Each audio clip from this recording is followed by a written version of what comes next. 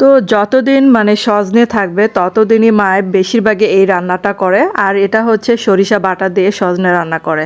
আসসালামু আলাইকুম সবাইকে, কেমন আছেন সবাই? আশা করি তো ভালো আছেন। তো এখানে প্রথমে পেঁয়াজ বাটা, তারপরে রসুন বাটা দিয়েছিল, আর দিল কাঁচামরিচ বাটা।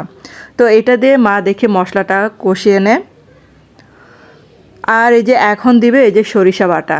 তো এই রান্নাটার মেন বিষয়বস্তু হচ্ছে মানে সরিষা বাটা দিবে আর চাপা দিয়ে রান্না করবে। আর এই রান্নাটা এত মজার যে যতদিন সজনে থাকবে মা ততদিনই এই রান্নাটা করবে।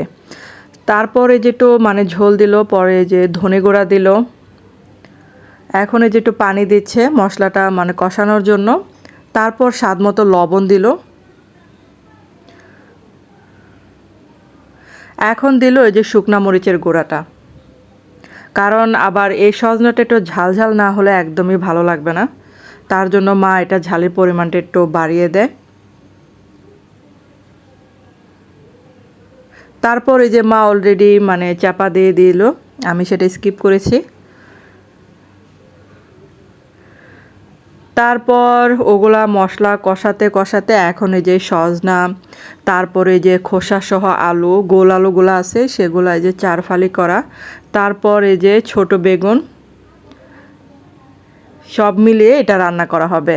আর এটা যারা একবার খেয়েছে এটা তারা বারবার খেতে চাইবে, অনেক মজার একটা খাবার এটা।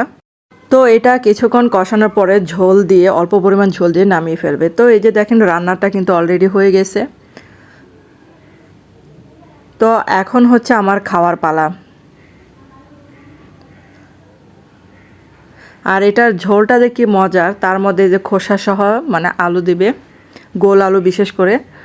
আর আপনাদের কাছে একটাই অনুরোধ, আপনারা যদি আমার চ্যানেলে নতুন হয়ে থাকেন তাহলে চ্যানেলটাকে সাবস্ক্রাইব করে পাশে থাকার অনুরোধ রইল।